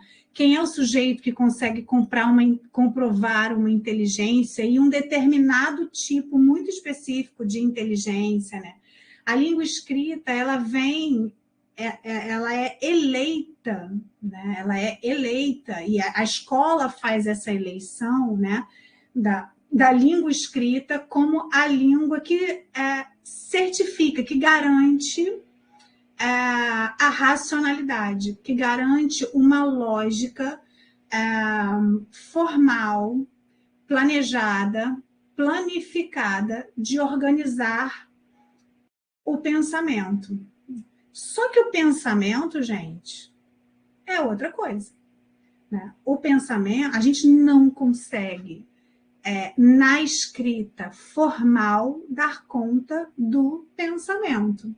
Não sei como é que anda aí a leitura de vocês, né? Leitura literária. Mas o que está ganhando, assim, bombando nos clubes de leitura, bombando, né, nas autoras contemporâneas, são as escritas que usam fluxo de pensamento. Caramba, a gente se autorizou a escrever dando voz a um fluxo de pensamento. Mas a escola não usa isso. A escola usa uma escrita que é formalizada, planejada, né? Que tem uma estrutura gramatical que a gente não usa na língua oral, porque a nossa língua oral, ela é a língua espontânea com a qual a gente interage desde que a gente está no útero da nossa mãe, né? A gente está convivendo com essa língua desde sempre. A gente usa a língua oral muito antes da gente começar a falar, para começo de conversa. A gente está interagindo com aquela língua ali desde sempre, né? Então, a gente tem muita intimidade. E é uma língua que também não se desenvolve de forma homogênea entre todas as pessoas, mas ela se desenvolve em contextos mais espontâneos, né? Então, ela tem uma natureza na filogênese humana, no que nos constitui como seres humanos. Somos predispostos à linguagem como um todo, né? E a língua oral é uma das nossas formas mais espontâneas de produzir linguagem. A língua escrita, ela tem uma outra natureza, que é a natureza da cultura, da eleição cultural e não natural. Tanto que existem sociedades ágrafas, né, que não têm língua escrita, né? Tanto que a nossa língua escrita é uma língua alfabética e em outras comunidades, em outros contextos, é um outro tipo de escrita, e vários outros, né? Então, são eleições culturais que vão desde o código, né, até o valor que se dá para esse código, a subjetivação desse código, né, a simbolização que a gente atribui, o valor simbólico que a gente atribui para esse código, né? Mas, então, esse é um aspecto, né? E tem um aspecto da própria gramática dessas duas línguas, né? Eu estou aqui falando com vocês, eu já escutei eu falar né umas, sei lá, gente, umas 40 vezes, tá? Eu me incomodo com os meus nés, mas eu uso os meus nés sem que eu nem me dê conta. Quando eu me dou conta, já estou ouvindo né, eu fico pensando, meu Deus, estou ouvindo esse né de novo. Porque a língua oral usa uma lógica de organização que não é a lógica, por exemplo, que a gente aprende na língua escrita formalizada, né, de sujeito, verbo, objeto, né, não tem esse controle, né, a não ser em contextos. Desculpa, gente. Não tem, a não ser em alguns contextos em que a gente usa a língua oral também de uma maneira mais formal, né? Mas tem essas diferenças, sabe, que estão na própria natureza dessas duas línguas, né? Assim como em toda a gramática, em toda a lógica que a gente vai usando para construir essas línguas, né? Tanto que tem aspectos que vão caber perfeitamente na nossa fala, em vários contextos, e que não vão caber na escrita, e vice-versa, né? Porque quando a gente começa a falar muito do jeito que a gente escreve, ninguém aguenta, gente. A gente fica lenta, ninguém tem nem paciência, né? Ai, Jesus, lá vem. Vai demorar 10 minutos para explicar uma coisa que pode explicar em 2 segundos, né? E o contrário também acontece quando a gente pega um texto escrito com um objetivo que não é tão formal e que e não é todo mundo que lida bem com uma escrita, por exemplo, de fluxo de pensamento, né? Com uma escrita desenho, né?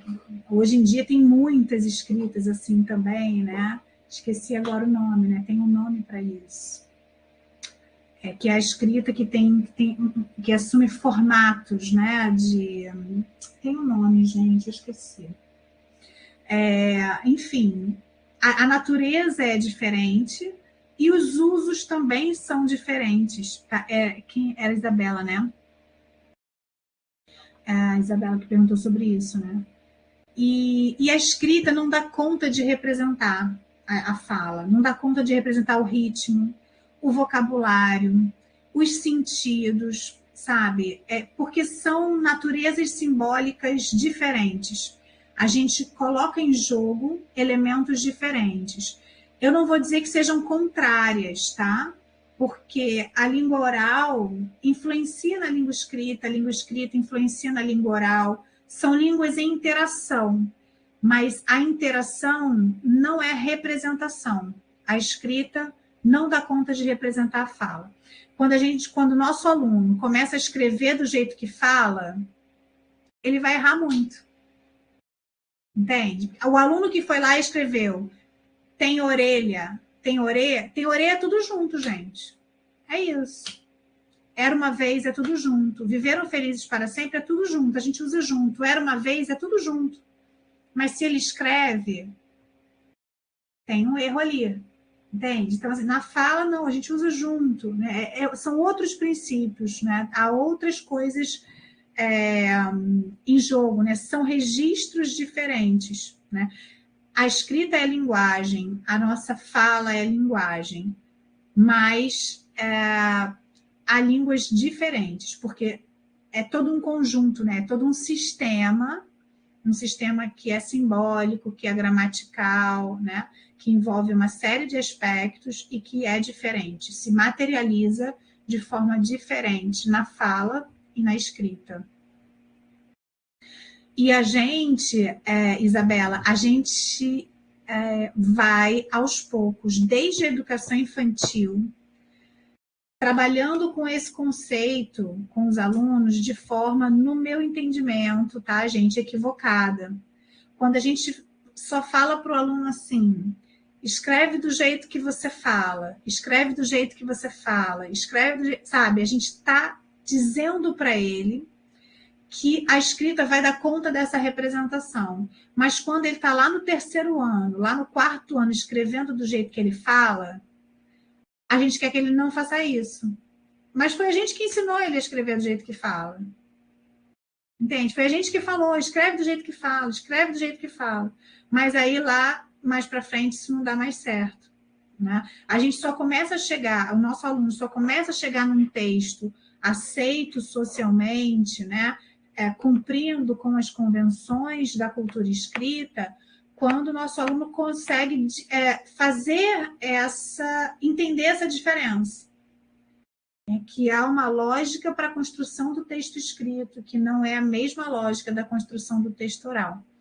Então, eu acho que é importante, desde o início, a gente trabalhar isso. Olha, às vezes vai dar certo buscar na fala a referência, mas às vezes não vai dar, não. A gente colocar o aluno desconfiado a respeito dessa relação. Às vezes vai funcionar, mas às vezes não. Gente, eu fiquei procurando na internet o projeto Acelera, que eu achei que o nome era Acelera. O projeto de Mesquita. Avança. Avança, né? Eu te falei errado, né? Ah, foi você que me falou? Eu achei que eu tivesse anotado errado. Não, acho que fui eu. Ao invés de falar avança, eu falei acelera. E eu fiquei procurando. Eu já trabalhei, porque no município do Rio a gente teve o Acelera. Então eu achei que foi isso. É isso, Acelera do Rio. Também eu trabalhei. Pois é. Eu também me lembro de turma. Eu tive turma de. Eu não lembro se era acelera ou aceleração, era alguma coisa assim, né? Acho que era acelera mesmo. E aí eu falei, é o mesmo nome. Aí eu fiquei procurando o projeto Acelera, que eu queria dar uma olhada na descrição do projeto, entender um pouco do projeto, né? Mas não achei por isso, né? Porque avança. É capaz de ter sido eu mesmo. A Elisane perguntou quanto tempo demorou da escrita do penúltimo texto para o último. Ela falou, nós trabalhamos com a turma Avança e ficamos ansiosos para cada avanço da turma. Uhum. Elisane, eu vou chutar assim 2 ou 3 meses, porque a gente não ficava mais do que isso no mesmo projeto, assim. Então eu vou chutar mais ou menos isso.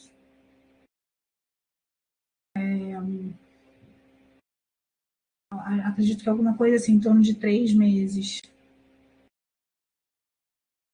Sim, essa ansiedade, Elisane, é porque vocês estão preocupadas e atentas, sabe, ao percurso, né, de aprendizagem dos alunos, assim. É normal, entende? Que bom que vocês estão atentas, ansiosas, né, para esse avanço, é sinal de que vocês estão trabalhando para isso. E é isso, é acreditar que seu aluno, a sua aluna vai avançar, que vai. Agora, é o tempo de cada um e é um processo muito único, né? Por isso a gente usa os processos de alfabetização no plural, né? Os processos de aprendizagem no plural, porque é muito único, é muito incomparável, né? O ponto de partida não é o mesmo, né? Então, o ponto de chegada não tem como ser o mesmo, no mesmo tempo para cada um. As experiências culturais e as experiências na interação com a língua escrita são muito individualizadas, né? Porque elas não são explicadas só pelo que a criança ou adolescente vivem na escola, né? Tem toda uma experiência de vida que está para além da escola, que a gente não tem nem noção, né? A gente não tem nem noção do que os nossos alunos vivem fora da escola. Às vezes a gente acha que tem, não tem, né? Então, é muito único. Então, acho que acompanhar esse avanço que você está falando, Elisane, é muito olhar para como que esse aluno, o que você já sabe, né, que ele consegue, como é que ele está nesse momento, que conceitos que ele tem nesse momento já consolidados, né, já bem recorrente, olhar para isso, né, olhar para as provocações que você pode fazer, para as mediações, para o tipo de proposta que você pode motivar, e aí sim acompanhar aquele processo que é muito único, que é daquela pessoa, né? E eu sei que isso dá uma angústia, né? Porque, caramba, mas eu tenho vários alunos, como é que eu vou fazer isso com vários alunos? Como é que... porque é isso, a sala de aula é isso, gente. Se não fosse isso, seria aula particular. Então, não é. Esse é um barulho aí com o qual a gente tem que dormir. Né? É isso. Ou a gente assume essa diversidade na sala de aula, ou a gente vai sempre deixar alguém vendo navios. Não tem outro jeito. Né? O que a gente vai fazendo é criando estratégias didáticas, né, pedagógicas, para contemplar a diversidade no nosso planejamento. Então, isso tem a ver com a organização da sala, com a distribuição das mesas e das cadeiras, né, com o gerenciamento do tempo, com as relações que a gente vai construindo com os nossos alunos. Né? Porque, gente, é preciso muita disponibilidade para o erro quando a gente está numa turma como essa, com Avança, por exemplo. Tá? O nosso aluno precisa se sentir muito seguro para se mostrar. Né? É uma pessoa que está lidando com o erro ali o tempo todo. Né? E ela precisa se sentir muito acolhida, né? Ter uma relação de muito afeto para se permitir se lançar, colocar em jogo os seus conceitos, as suas hipóteses, né? A sua lógica. Assim. Então, eu acredito muito também na importância da constituição de identidade de grupo, né, de relações interpessoais, para que esse processo também, esses processos plurais de alfabetização também avancem, né? Paula, você falou sobre confiança e tudo, eu fiquei pensando muito, eu não sei se eu já falei isso quando a gente se encontrou pessoalmente aqui com um grupo que está aqui hoje com a gente, mas tem um termo que é muito comum usado em alfabetização, que é assim, e aí, gente, vocês não sabem, assim, famílias falam muito, né? Meu filho, minha filha está estudando... Gente, do nada deu um clique. As famílias falam muito isso. Do nada deu um clique. E aí a gente fala... Aí, isso é muito comum. As famílias falam, né, parecia que não sabia nada, do nada deu um clique.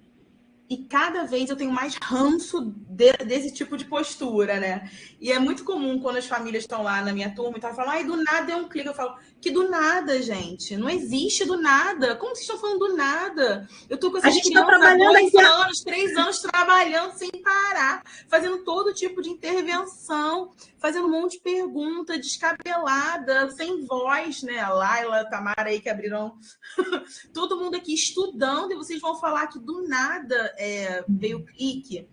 Eu tô falando isso porque alguém falou assim, quando que avança, né? E aí eu sempre falo isso, falo, gente, não existe do nada, existe trabalho. Existe trabalho, existe intervenção, né? A língua escrita, ela não é aprendida do nada, ela precisa de pares, de mundo, de intervenção, de professor, de um monte de coisa. Então, assim, esse avanço, muitas vezes, ele demora, e alguém perguntou o tempo de um texto para o outro. E eu sei que isso gera muita ansiedade, assim, né? Mas esse avanço, ele não é regular com todas as crianças, né? Tem criança que a gente vai ficar ali o ano todo, e lá no final do ano, quando você já jura que não deu, e que, assim, é um caso de reprovação, que não tem o que fazer, a criança avança. Aí vem o tal, né, do clique, mas não é clique, é trabalho. Tem criança, é isso, Laila, isso mesmo, né? Essa compreensão do clique é desconsiderado o processo, perfeito. Tem criança que vai avançando, e chega um momento que dá uma travada e fala, nossa, tem tanto tempo que a gente está aqui trabalhando, então, assim, esse avanço, eu sei que essa coisa do tempo é importante para a gente da escola, mas esse avanço, ele não é linear para as nossas crianças, né? Ele vai acontecendo, e é isso, assim, é muito importante. É claro que a gente quer o clique, né? O tal do clique. É claro que a gente quer que as crianças, no final do processo, estejam plenamente alfabetizadas, dominando a língua escrita, dominando a língua formal, fazendo perguntas sobre ortografia e usando parágrafo, pontuação, letra maiúscula, cursiva de preferência, bonita e organizada. Mas, assim, o importante disso também, ainda mais vocês que trabalham, né, nesse projeto, e eu acho que de forma nenhuma eu tô querendo esvaziar isso que vocês estão trazendo, né? Alguém falou, é muita insegurança, são 25, dá muito medo. Eu acho que são palavras que vocês trazem em todos os encontros, né? Mas é muito importante que a gente tenha esse olhar. Eu acho que isso que a Paula traz hoje, e acho que a gente também já pode, Paula, começar a se encaminhar aí para a gente fechar o nosso encontro hoje. Também tá todo mundo bem cansado, né? Dessa importância desse processo. Né? Que o produto, claro que o produto final e a resposta lá dos nossos estudantes a gente quer, né? E é isso que a gente quer também. A gente não está esvaziando esse lugar, mas que é muito importante a gente ter um olhar para esse processo. Porque se a gente não olhar o processo, a gente não consegue chegar no final. Se a gente não tiver boas perguntas, boas intervenções, boas interações, pensar e olhar para essas crianças, a gente não vai chegar no clique, porque ele não é mágica, ele é processo. Então, eu quis falar sobre isso porque é uma frase que eu ouço praticamente em toda reunião de responsável. Né? E muitas vezes entre os meus pares também, né? Gente, aí do nada veio o clique, né? Então, assim, não é do nada. Não existe do nada. Existe processo e existe trabalho. E é nisso que a gente tem que focar, né? Qual a nossa parte desse rolê? Eu gostei dessa frase da Paula, né? Qual é a fatia que me pertence? O que eu tenho que fazer? Enfim. E aí, Paula, se alguém tiver mais alguma questão, para a gente já começar também a se encaminhar para o nosso final. E Maíra, esse final que você estava falando, né, de investir no processo, né, esse final não chega nunca, gente. A gente está aprendendo sobre a escrita sempre. Né? Se eu tiver agora que parar aqui, desligar, sair dessa reunião, escrever um texto sobre isso aqui que eu falei, vai ser desafiador. Né? A gente está aprendendo sobre a escrita sempre, sempre. Então, acho que a gente pode... isso, a maior riqueza é isso, é saber isso.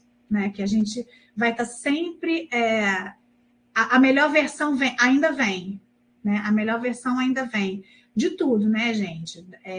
Da nossa escrita, inclusive. Né? Então, olhar para o processo, gente, olhar para essa experiência e dar a mão, sabe?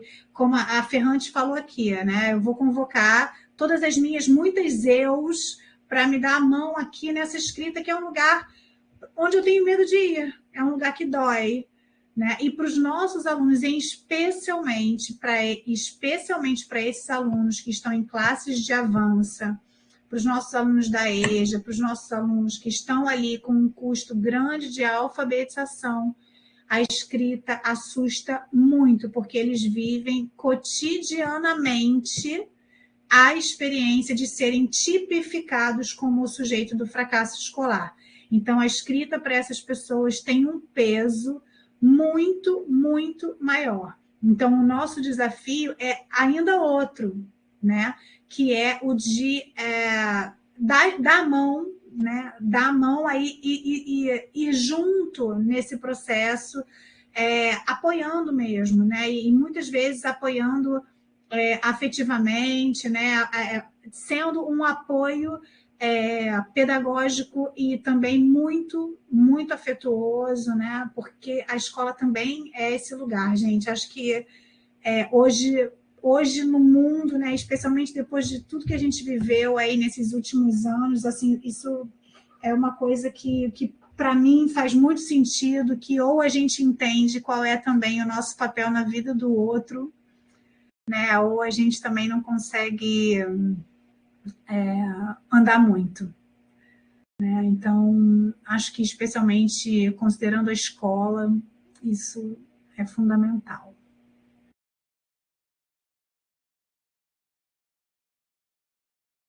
Estava falando aqui, a Letícia, a gente está lembrando aqui do formulário, né? De presença. Ana. E eu comecei a digitar, mas parei, porque não ia dar tempo, de falar que a gente tem um e-mail, caso alguém guardou uma pergunta aí com vergonha, né? Tá com vergonha, não quer falar agora, não tem problema, a gente encaminha depois para elas. O nosso e-mail, vou lembrar aqui, dialogia.extensão, acho que é isso, dialogia.extensão@gmail.com. Eu ia digitar, mas esqueci. Tá? E a gente também disponibiliza depois essa live, né? Esse encontro aqui, essa roda de conversa pelo YouTube. Aí eu vou pedir a Letícia para colocar esses endereços aqui eletrônicos nossos, né? Também pelo Instagram, tá? Agora, o que dizer, né, sobre essa noite? Eu comecei muito feliz, porque eu sabia que ia ser muito bom. Né? Então, foi uma noite feliz. Essa conversa é uma conversa necessária, né, que a gente precisa ter.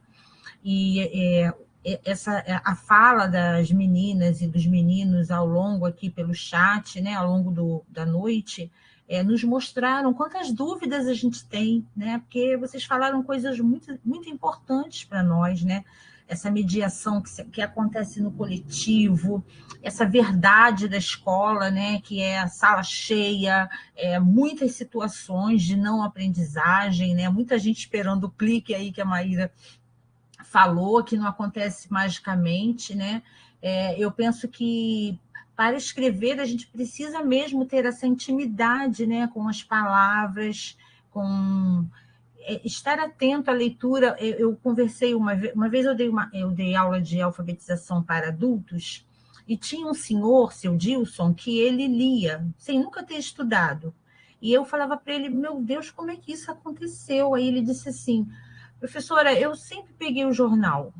Eu sempre li o jornal. Eu ia lendo o jornal do trem. Mas eu não lia, não. Eu não sabia as letras. Eu folheava, né? Então eu passava para lá, olhava a imagem, tentava adivinhar.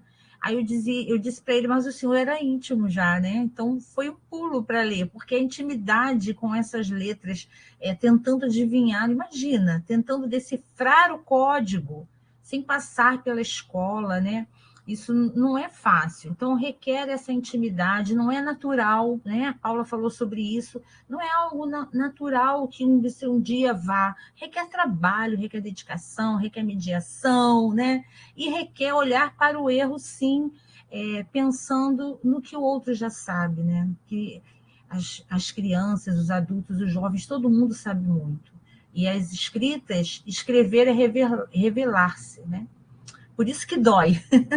Por isso que dói, porque não aprender dói muito, né? Então, esse outro olhar, né, para a fala do Luiz Paulo na semana passada, dizia sobre isso, né, da gente olhar, um novo olhar para a produção, e essa produção autoral que diz tudo sobre o outro, né, que se revela. Então, agora só me resta dizer muito obrigada, Paula, muito obrigada, Maíra, foi uma bela conversa, a gente fecha essa noite assim, agradecidos, né? Muito agradecidos mesmo.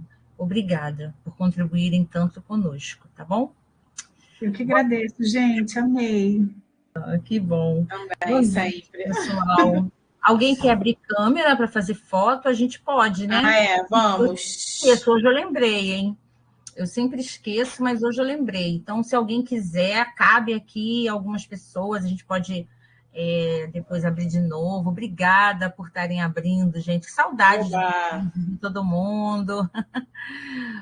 Que bom. Obrigada, gente. Obrigada aos bolsistas que vieram, o pessoal da pedagogia. Olha, hoje está cheio, tá? Está cheio de gente assim que ouviu o chamado em algum lugar e veio porque sabia que ia ser bom. Então, obrigada. Laila, é um prazer ter você, Luana, de novo, hein?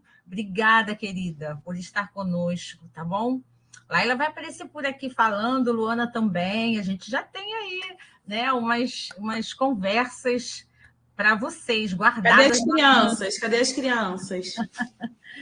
Vamos lá. Francisco está chegando agora, na hora. Obrigada, Isabela, pelos bastidores aqui, Márcia, Nathalie, mais uma vez, tá? Quem fotografa? Deixa eu ver. Sorriam. Será que alguém está fazendo? Eu não estou. Ah, tem crianças, que bom. Eu tirei uma aqui, eu não sei se ficou boa. Tá. Fala, dá boa noite, pessoal. Obrigada, gente. Boa noite, é Francisco, não é? Boa noite, Francisco. Oi, Letícia, agora que eu te vi. Sem mexer aqui. Obrigada, Nathalie, pela ajuda. Galera, manda beijo. Beijo, Tchau. Sem mexer no teclado. tchau. Boa noite, Francisco. Viu? Tchau, gente. Gente, essa é a minha militância agora. Eu tô onde eu tô, eu chamo as crianças. Boa. Quem tá aqui, olha. Obrigada, gente. Um beijo, boa noite. Até agosto. Tchau, gente. Boa Boas noite. férias. Boas férias, gente. Boas férias. Beijo, Paulinha. Obrigada. Beijo, tchau. Obrigada, tchau. Tchau, boa noite. Fala, amor da tia. Tchau.